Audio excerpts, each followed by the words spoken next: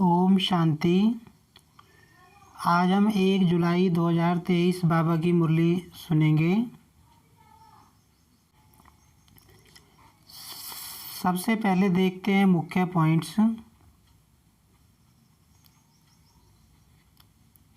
आज बाबा ने कहा कि जैसे भारत को अंग्रेज़ों की ग़ुलामी से छुड़ाने के लिए बापू गांधी ने तन मन धन से सेवा की, ऐसे ही बाबा कहते तुम इस समय भारत को रावण के चंगुल से छुड़ाने के लिए और अपने दैवी स्वराज्य स्थापन करने के लिए सेवा कर रहे हो, बाबा की श्रीमत पर चल रहे हो।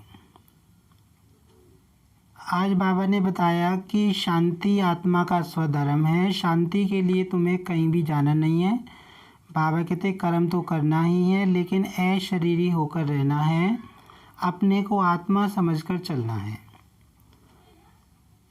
और आज बाबा ने बताया कि जो सचखंड आने वाला है उसका मालिक बनने के लिए तुम्हें निरंतर बाबा को याद करने की मेहनत करनी है, प्रैक्टिस करनी है।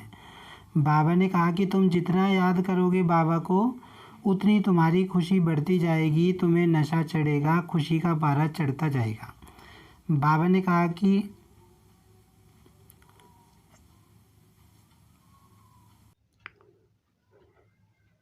तुम्हें बहुत मीठा होकर रहना है और सच्चे बाबा से सच्चा होकर रहना है। और बाबा ने कहा कि इस दुनिया में तो दुख तकलीफ़ है, हारी बीमारी चलती रहती है, लेकिन बाबा कहते तुम ऐसी दुनिया में जाओगे जहाँ तुमको कोई तकलीफ़ नहीं होगी, कोई दुख नहीं होगा।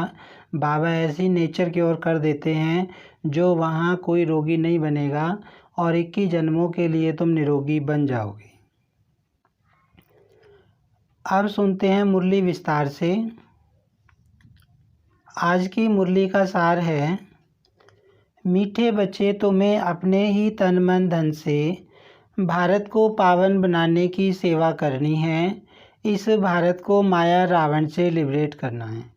आज बाबा ने पूरी मुरली में ज़्यादातर यही बताया कि तुम इस समय सेवा कर रहे हो, जैसे बाप सेवा कर रहे हैं, तुम भी भारत को पावन बनाने के लिए तन मन धन से सेवा कर रहे हो। आज की मुरली में प्रश्न है, जो बच्चे देही अभिमानी रहने का पुरुषार्थ करते हैं वह किस फिक्र से छूट जाते हैं? माना जो अपने को आत्मा समझने की मेहनत करते हैं। उत्तर, इस पुराने शरीर का कर्म भोग जो घड़ी घड़ी भोगना के रूप में आता है, हिसाब किताब चुकतू करना पड़ता है, इसकी फ़िक्र से वह छूट जाते हैं। माना जो आत्मा की प्रैक्टिस करेगा, अपने को आत्मा समझने की प्रैक्टिस करेगा, उसको उसके अंदर बल आता है, ताकत आती है, क्योंकि उनकी बुद्धि में रहता अभी तो हमें पुराने हिसाब किताब चुकतू कर कर्मातीत बनना है। ये पॉइंट है, शक्तिशाली पॉइंट। जब भी जो आत्मा अपने को आत्मा समझने की मेहनत करती है, उसकी बुद्धि में बहुत सारी ज्ञान की बातें होती हैं। तो जैसी कोई कर्म भोग आएगा, हारी बीमारी समस्या आएगी, उसकी बुद्धि में क्या बातें चलेंगी कि ये तो पुराने हिसाब किताब हैं, हमको तो कर्मातीत बनना है, पुराने शरीर को छोड़कर जाना है, ज़्यादा फिक्र करनी नहीं है। ऐसे ऐसे फिर उसको तकलीफ, ज़्यादा दुख महसूस नहीं होता। फिर आधा कल्प के लिए किसी भी प्रकार का रोग हमारे पास आ नहीं सकता। ये बात उसके मन में उस समय चलती है कि अभी ये बस पुराने कर्म भोग रहे हुए हैं, ये छूटने वाले हैं, फिर हमारे पास 21 जन्मों तक कोई रोग, हारी बीमारी आने वाली नहीं है। तो ये शक्तिशाली पॉइंट है। जब भी कोई कर्म भोग सामने आता है या कोई भी समस्या आती है, उस समय सोचने के लिए बाबा ऐसी फर्स्ट क्लास नेचर क्योर करते हैं जो बीमारी का नाम निशान नहीं रहता है। ऐसे ऐसे आत्मा में के मन में संकल्प चलते हैं।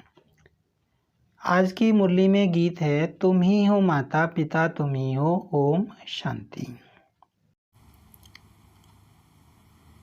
बच्चों ने गीत सुना। बच्चे जानते हैं हम पतित पावन माता पिता के सम्मुख बैठे हैं। किसके सामने बैठे हैं हम? जो पतित पावन है, जो माता पिता है, उसके सामने बैठे हैं। पतित भारत को पावन बनाने लिए श्रीमत पर चल रहे हैं। अभी हम क्या कर रहे हैं, ये जो पतित भारत है इसको पावन बनाने के लिए बाबा की श्रीमत पर सेवा कर रहे हैं, पुरुषार्थ कर रहे हैं। क्योंकि तुम बच्चे हो अपने परम पिता परमात्मा की सर्विस में। बाप भी इसी सर्विस में है। बाबा कहते हैं जो सेवा मैं कर रहा हूँ वही सेवा तुम भी कर रहे हो इस समय। यह तो बच्चे जानते हैं, बरोबर भारत पावन था, अब पतित बना है। पावन दुनिया को 5000 वर्ष हुए। दुनिया इन बातों को कुछ भी नहीं जानती। अभी तुम बच्चे बाप की श्रीमत पर चल तन मन धन से भारत की सेवा करते हो। बाबा समझा रहे हैं कि जो भारत पतित बना है वो 5000 साल पहले पावन था। दुनिया वाले नहीं जानते इस बात को। भारत को माया रावण की जंजीरों से छुड़ाए और राम राज्य स्थापन कर रहे हो। बाबा कहते हैं अभी तुम भारत को दोबारा से पावन बनाने के लिए सेवा कर रहे हो। यह तो तुम किसको भी समझा सकते हो। हम पतित भारत को पावन बनाने आए हैं तो ज़रूर पवित्र बनना पड़े। पवित्रता पर ही झगड़ा चलता है। कोई न कोई तकलीफ़ होती है। उन्हों की है हिंसक लड़ाई, तुम्हारी लड़ाई है रावण रूपी 5 विकारों से, है ना। बाबा कई बार समझाते हैं हमारी लड़ाई वैसी तो है नहीं, ना हमें बंदूक चलानी ना तलवार चलानी। हमारी लड़ाई है जो हमारे अंदर 5 विकार बैठे हैं, 5 भूत बैठे हैं, उनके साथ हमारी लड़ाई है। अंदर की लड़ाई है, दिखाई नहीं देती ये लड़ाई। तुम यह भी जानते हो कलप कलप हम श्रीमत पर चले हैं। इस समय सारी दुनिया रावण की मत पर चल रही है। श्रीमत से तुम दैवी मत वाले देवता बनते हो। सारी दुनिया तो रावण की मत पे चल रही है और हम श्रीमत पर चल रहे हैं। अभी तुम ब्राह्मण वर्ण के हो, तुम सारी दुनिया को पतित से पावन बनाते हो। बेहद का बाप आते हैं बच्चों के पास। बच्चे कहते हैं हम तन मन धन से भारत को फिर से दैवी राज्य बनाते हैं, क्योंकि भारत सतयुग के आदि में राजस्थान था। बाबा कहते हैं कि तुम दूसरों को ऐसा बोल सकते हो कि इस समय हम भारत को स्वर्ग बनाने की सेवा कर रहे हैं। हम अपना दैवी राज्य स्थापन कर रहे हैं। जैसे बापू गांधी ने तन मन धन से सेवा की। जेल में गए तो तन की सेवा हुई ना, मन भी उसमें लगा हुआ था। अभी तुम जानते हो बाप माया रावण से लिबरेट करते हैं। बाबा कहते हैं जैसे बापूजी ने तन मन धन से भारत की सेवा की थी अंग्रेज़ों से छुड़ाने के लिए, ऐसे ही तुम भी सेवा कर रहे हो। फिर बाबा भी लिबरेट करते हैं दुनिया को रावण के चंगुल से। यह बेहद का बाप वह भारत का बापूजी था, सभी का नहीं था। वैसे भी बुजुर्ग को बापूजी कहते हैं, मेयर को भी बापूजी कहते हैं। फादर्स तो बहुत हैं, तुम्हारा फादर एक है ना। अब जो शिव बाबा है वो तो बेहद का बाप है, दुनिया की सर्व आत्माओं का पिता है वो। और जो बापूजी महात्मा गांधी थे वो तो हद के थे।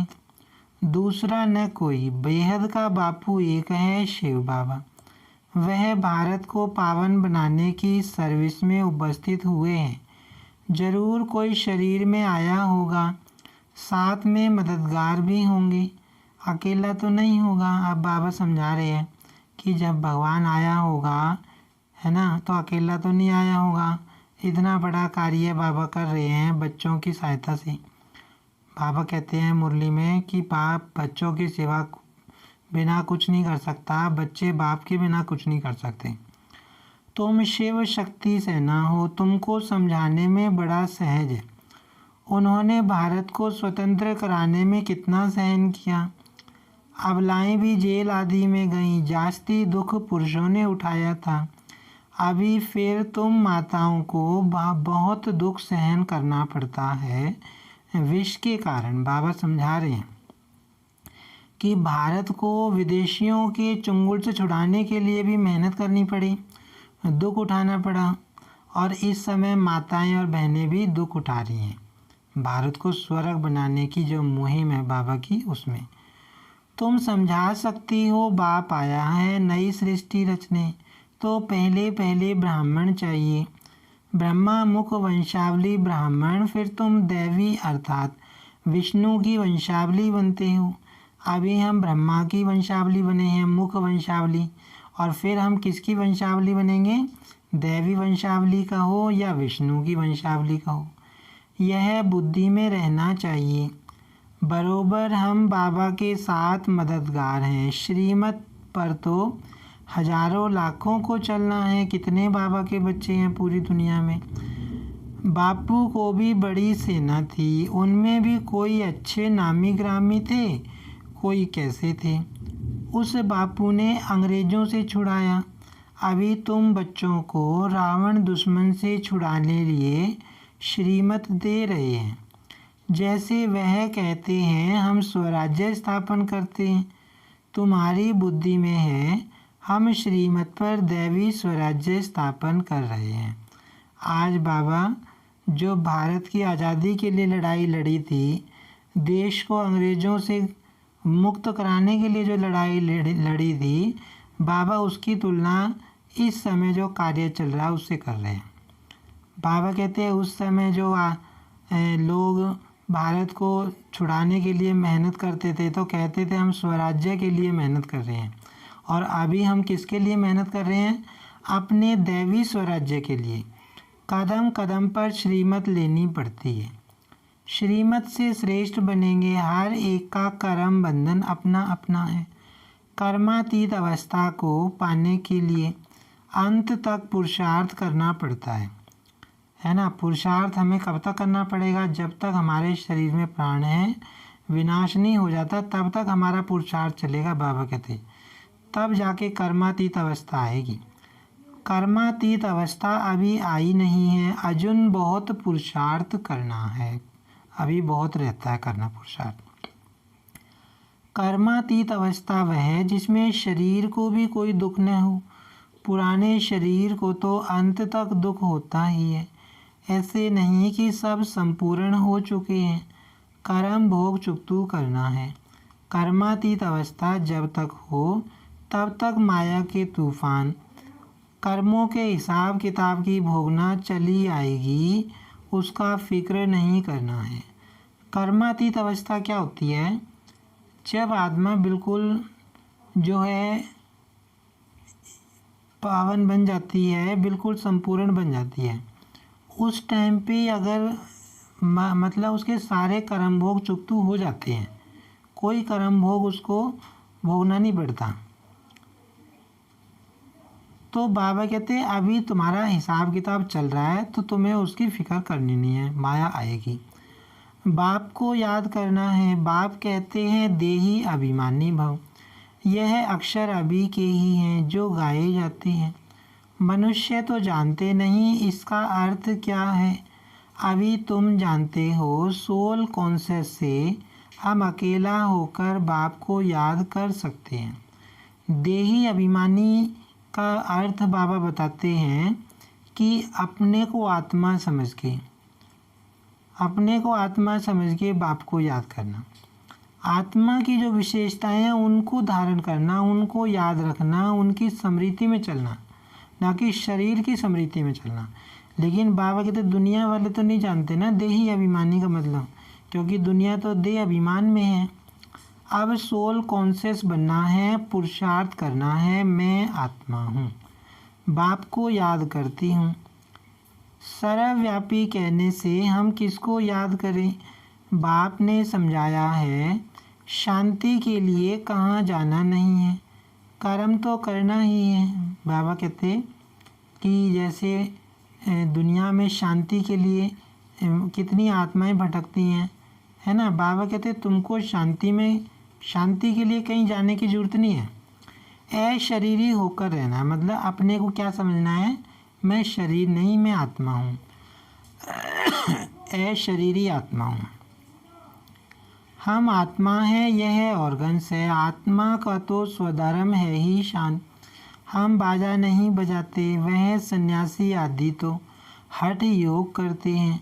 प्राणायाम चढ़ाते हैं, फिर अभ्यास करते हैं, खड्डे में जाकर अनेक प्रयत्न करते हैं। यहाँ हठ योग की कोई बात नहीं। बाबा अब हठ योग के ऊपर समझा रहे हैं। भाई साधु सन्यासी कितना हठ योग करते हैं, एक पैर पे खड़े हो जाना, अग्नि को पार करना, जेठ की गर्मी में तपना, कितना हट मेहनत करते हैं वो। सिर्फ नॉलेज को समझना। बाबा कहते हैं यहाँ कोई हठ योग नहीं है, इतना सिंपल योग पूरी दुनिया में कोई हो नहीं सकता, है ना। बाबा क्या कहता है, सिर्फ अपने को आत्मा समझ के बाप को याद करना है ना। बाबा कहते चलते फिरते याद कर सकते हो, बैठ के याद कर सकते हो, कोई बाउंडेशन नहीं है कि कुर्सी पे ही बैठना है, पालती पालती मार कर ही बैठना है, या कोई विशेष मुद्रा में ही बैठना है, कोई बाउंडेशन नहीं है। बाबा तो यहाँ तक कहते हैं कि अगर शरीर से बीमार हो तो लेट कर याद कर लो। तो इससे आसान योग कोई हो नहीं सकता। गॉड फादर की नॉलेज को कोई नहीं जानते। बाबा जो परमात्मा नॉलेज देते हैं उसको तो हम बच्चे ही जानते हैं। या तो कह देते गॉड फादर तो सर्वव्यापी है, इसको ही कहा जाता है मिथ्या ज्ञान, झूठा ज्ञान है। तुम अब फादर को जानते हो, सभी का फादर एक है, वही आकर सृष्टि को पतित से पावन बनाते हैं। तुम बाप के साथ मददगार हो, पतित से पावन बन फिर पावन दुनिया में चलेंगे, वहाँ पावन दैवी राज्य चलता है। पावन दुनिया के लिए तुम राजयोग सीख रहे हो, फिर टीचर बन तुमको सृष्टि चक्र का ज्ञान देते हैं, जिससे तुम स्वदर्शन चक्रधारी बन चक्रवर्ती राजा रानी बनते हो। अभी हम नई दुनिया के लिए ज्ञान ले रहे हैं। बाबा हमको स्वदर्शन चक्रधारी बनाते हैं। गृहस्थ व्यवहार में रहते हुए इस अवस्था को जमाना है। तुमको कितना सहन करना पड़ता है, मार खाते हैं। इस यज्ञ में असुरों के कितने विघ्न पड़ते हैं, अबलाओं पर अत्याचार होते हैं। विकार के कारण कांग्रेसी उस जेल में जाते थे, तुम फिर कंस जरासंधियों की जेल में बांध होती हो, है ना। यहाँ पर भी बाबा के ज्ञान में चलने पर कई आत्माओं के ऊपर बंधन हो जाता है, माताओं बहनों के ऊपर बंधन हो जाता है, तो बाबा उसके ऊपर समझा रहे हैं। थोड़ा सहन करना पड़ता है। बाबा कहते हैं थोड़ा सहन करना पड़ता है। पावन बनने में मेजॉरिटी तुम्हारी है। हाँ, कोई कमज़ोर पुरुष लोग होते हैं तो फिर स्त्री का सहन करना पड़ता है, नहीं तो भारतवासियों का कायदा है 60 वर्ष के बाद वानप्रस्थ अवस्था को धारण करना। फिर गृहस्थ को छोड़ चाबी बच्चों को दे देते हैं कि संभालते रहो। सपूत बच्चे अच्छी रीति संभालते हैं, है ना। पुराने ज़माने में होता था, अब नहीं होता।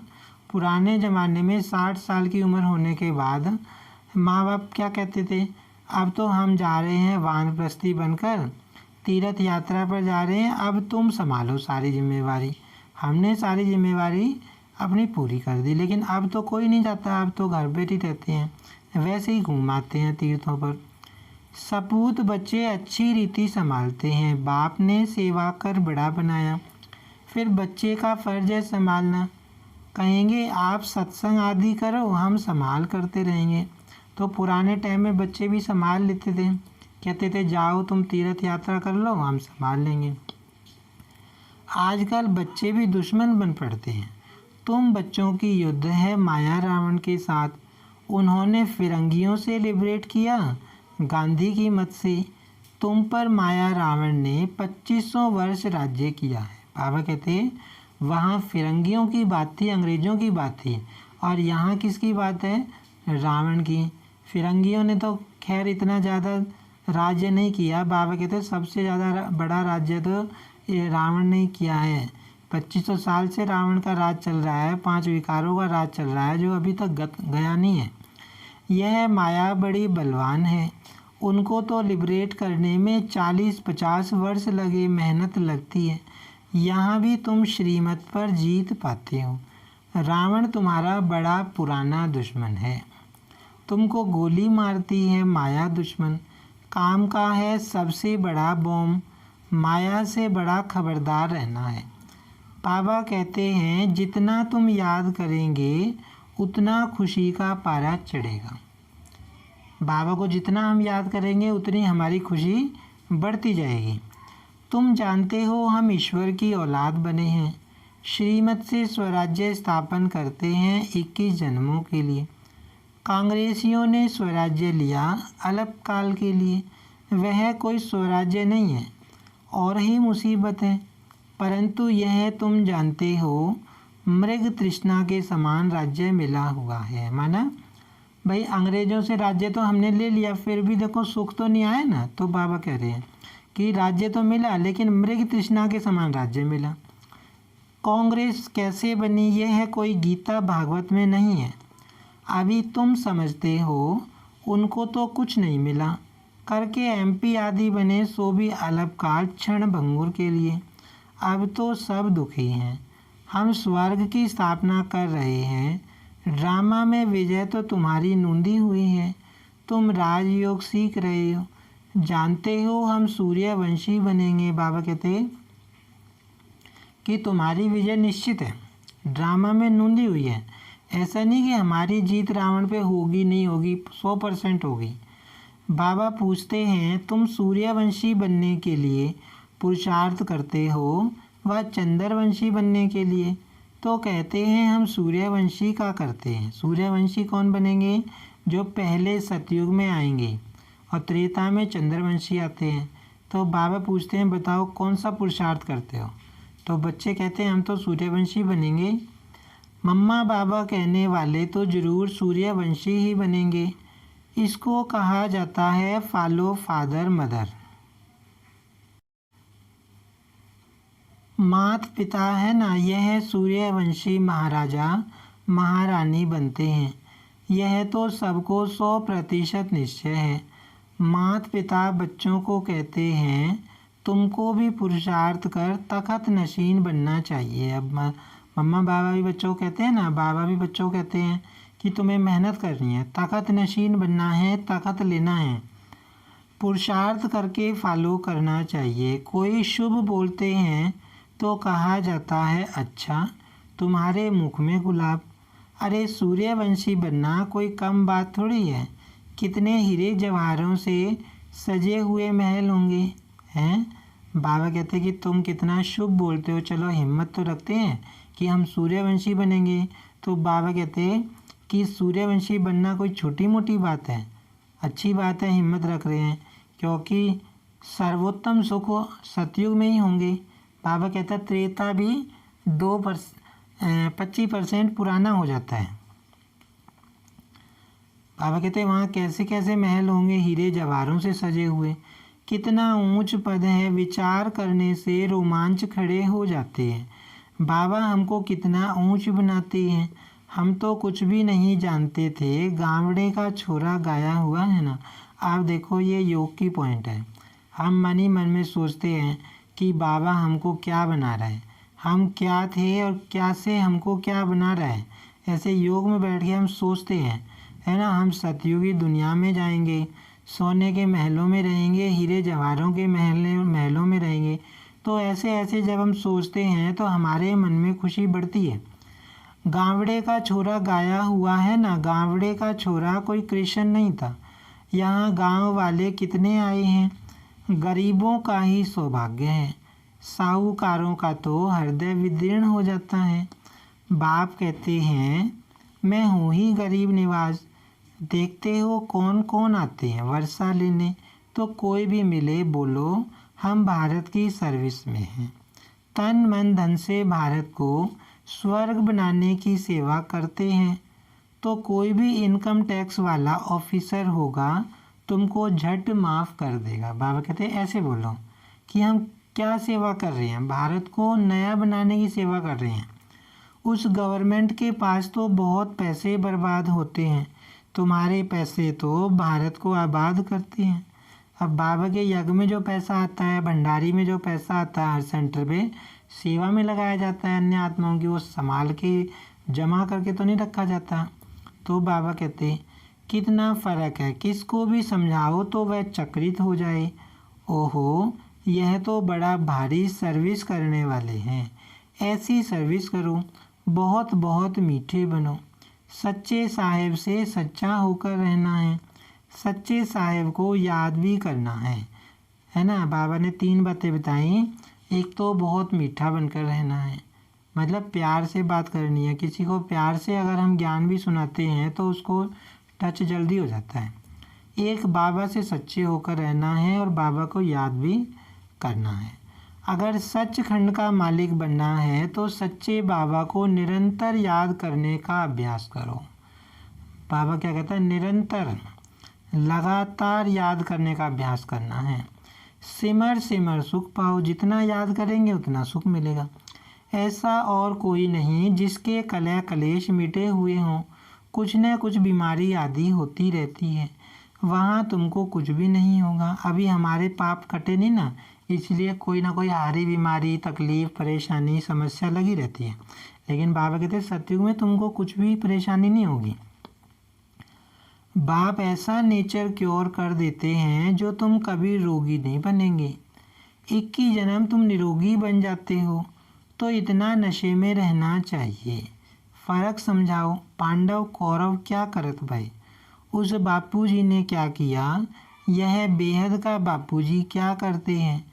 बाप तुम्हें रावण की जंजीरों से छुड़ाते हैं। उस बाप को याद करने से तुम्हारे विकर्म विनाश होंगे। वह बाप भी है, टीचर भी है, सतगुरु भी है। जन्म जन्मांतर के पाप सिर पर हैं, उनसे पावन बनने का उपाय एक ही है। वह पानी की गंगा किसको पावन नहीं कर सकती, यह बाप की याद पावन बनाती है ना। बाबा कहते हैं कि जो आत्मा पतित बन गई है, सिर पे पापों का बोझ है, वो कैसे उतरे, आत्मा पावन कैसे बने? बाबा की याद से पावन बनेगी, योग लगा के पावन बनेगी। गंगा में नहा के नहीं पावन बन सकती। ऐसे नहीं कि निष्ठा में बैठे, हाँ बैठना भी अच्छा है, एक दो के बल से बैठ जाएंगे। अब बाबा कहते हैं ऐसे भी नहीं कि सब सारे भाई बहन बैठे इकट्ठे तब हम योग में बैठे। बाबा कहते चलो वो 1-2 घंटे के लिए हो सकता है सारे इकट्ठे बैठे सेंटर पे, लेकिन याद तो चलते फिरते करना है ना। परंतु बाबा कहते हैं कैसे भी बैठो, याद तो चलते फिरते कार्य करते करना है। उस स्कूल में टीचर पढ़ाते हैं तो स्टूडेंट को टीचर को ज़रूर याद करना पड़े। बच्चों को बुद्धि में यह बैठ जाना चाहिए कि हमको बाबा पढ़ाते हैं। ऐसा कोई नहीं जो बाप टीचर को याद नहीं करे। तुम तो जानते हो अब वापस जाना है तो सतगुरु को भी याद करना पड़े। तुम वंडरफुल बातें सुनाते हो। हमारा बाप टीचर सतगुरु, सत बाप सत टीचर सतगुरु है। सत का संग ही तारता है, अर्थात मुक्ति जीवन मुक्ति में ले जाता है ना। हम दूसरों को बताते हैं कि हमारा जो बाप है वो टीचर भी है, गुरु भी है और सतगुरु भी है, बाप भी है, अर्थात मुक्ति जीवन मुक्ति में ले जाता है। इस पुरानी दुनिया से सब वापस जाएंगे, फिर आकर नई दुनिया में राज्य करेंगे। तुम्हारी यह रेस है, बेहद की घुड़दौड़ है। सब कहते हैं हम पहले पहुँचें, तो याद करना पड़े। स्टूडेंट को दौड़ाया जाता है, जितना पुरुषार्थ करेंगे उतना विजय माला में पिरोएंगे। अब बाबा कहते हैं ये क्या चल रही है, घोड़े वाली रेस चल रही है, घुड़दौड़। क्योंकि यहाँ पे हर आत्मा मेहनत कर रही है, हर आत्मा बाबा का बच्चा पुरुषार्थ कर रही है अच्छा पद पाने के लिए। अच्छा माता पिता बाप दादा का मीठे मीठे सिक्की लदे बच्चों प्रति दिल व जान सिकवे प्रेम से याद प्यार। तुम बहुत प्यारे बनते हो। हम सो पूज्य देवी देवताएं थे, फिर हम पूज्य 2 कला कम क्षत्रिय चंद्रवंशी बने, फिर हम पुजारी वैश्यवंशी शूद्रवंशी बने, अब फिर हम पुजारी से पूज्य बन रहे हैं। श्रीमत से यह चक्र बुद्धि में फिराना है। बाबा ने योग की पॉइंट फिर बताई, कल भी बताई थी कि हमें चक्र बुद्धि में फिराना है। कौन सा चक्र? हम देवता थे, फिर क्षत्रिय बने, फिर वैश्य बने, फिर शूद्र बने, अब ब्राह्मण बने हैं, फिर हम फरिश्ता बनेंगे, बाबा आया है। इस तरह चक्कर बाबा कहते हैं बुद्धि में फिराना है। अच्छा रूहानी बाप की रूहानी बच्चों को नमस्ते। हम रूहानी बच्चों की रूहानी बाप दादा को याद प्यार और नमस्ते। धारणा के लिए मुख्य सार है, भारत को आबाद करने में अपना तन मन धन सब सफल करना है। बहुत बहुत मीठे बन सेवा करनी है। सचखंड स्थापन करने के लिए सच्चा बनना है। बाबा ने आज मुरली में कहा कि तुम्हें एक तो बहुत मीठा बनना है और एक सच्चे साहब से सच्चा बनकर रहना है। विजय माला में पिरोने लिए याद की रेस करनी है। चलते फिरते कार्य करते बाप टीचर सतगुरु को याद जरूर करना है। आज बाबा ने मुरली में बताया कि ऐसे नहीं कि हमेशा तुम बैठ कर ही याद कर सकते हो, निष्ठा में ही बैठे रहोगे। बाबा कहते वो संगठन वाला योग हो सकता है, कुछ समय का हो सकता है, हमेशा नहीं हो सकता। बाबा कहते फिर भी तुम्हें योग तो करना पड़ेगा, याद तो करना पड़ेगा, लेकिन चलते फिरते काम करते उठते बैठते बाबा कहते तुम्हें याद करना है। आज की मुरली में वरदान है, त्याग और तपस्या के सहयोग से सेवा में सफलता प्राप्त करने वाले निरंतर तपस्वी मूर्त भव। बाबा कहते सेवाधारी अर्थात त्याग और तपस्वी मूर्त। सेवाधारी का अर्थ बाबा बता रहे हैं जो त्यागी हो और तपस्वी हो। त्याग और तपस्या दोनों के सहयोग से सेवा में सदा सफलता मिलती है। जो त्यागी होगा, तपस्वी होगा, उसको सेवा में हमेशा सहयोग मिलेगा। तपस्या है ही एक बाप दूसरा न कोई, यही निरंतर की तपस्या करते रहो। अब हमारी तपस्या क्या है? हमारी तपस्या वैसी तो है नहीं एक टांग पे खड़े होना है या अग्नि में से क्रॉस होना है या जो है जेठ की गर्मी में तपना है, जैसे साधु सन्यासी तपस्या करते हैं, वैसी तपस्या तो है नहीं। हमारी तपस्या क्या है? बाबा कहता है तुम भी तपस्वी हो, तो हमारी तपस्या निरंतर बाबा को याद करना। बस उस तपस्या से आत्मा पावन बनती है, गोरी बनती है। तो बाबा कहते हैं निरंतर तपस्या करते रहो, तो आपका सेवा स्थान तपस्या कुंड बन जाएगा। जहाँ तुम रहते हो, बाबा कहते हैं सेंटर पे या घर पे, तो तुम्हारा जो सेवा स्थान है वो तपस्या का कुंड बन जाएगा। ऐसा तपस्या कुंड बनाओ तो परवाने आप पे ही आएंगे, है ना। फिर वाइब्रेशन फैलेंगे हमारे अंदर से निकल के योग के, तो फिर आत्माएं अपने आप खींची चली आएंगी उस स्थान के पास। मनसा सेवा से शक्तिशाली आत्माएं प्रत्यक्ष होंगी। अभी मनसा द्वारा धरनी का परिवर्तन करो, यही विधि है वृद्धि करने की। बाबा मनसा सेवा के बारे में बता रहे हैं। जो हम योग करते हैं तो वो वाइब्रेशन उस समय जो हमारे मन में शुद्ध संकल्प चलते हैं वो पूरी दुनिया में फैलते हैं, वो सेवा का काम करते हैं। तो बाबा उसकी बता रहे हैं। आज की मुरली में स्लोगन है, नम्रता और धैर्यता की शक्ति से क्रोधा अग्नि को शांत बना दो। क्रोध अग्नि बिल्कुल समाप्त हो जाए। आज की मुरली से हम स्वमान लेंगे, मैं आत्मा निरंतर तपस्वी मूर्त हूँ। आज बाबा ने बताया ना कि तुमको कैसा बनना है, त्यागी बनना है, तपस्वी बनना है। और तपस्या बाबा ने क्या बताई, मेरा तो एक शिव बाबा दूसरा ना कोई। निरंतर बाबा को याद करने की मेहनत यही तपस्या है हमारी, और कोई तपस्या है नहीं। चलते फिरते बस एक बाबा को याद करना है। अच्छा, ओम शांति।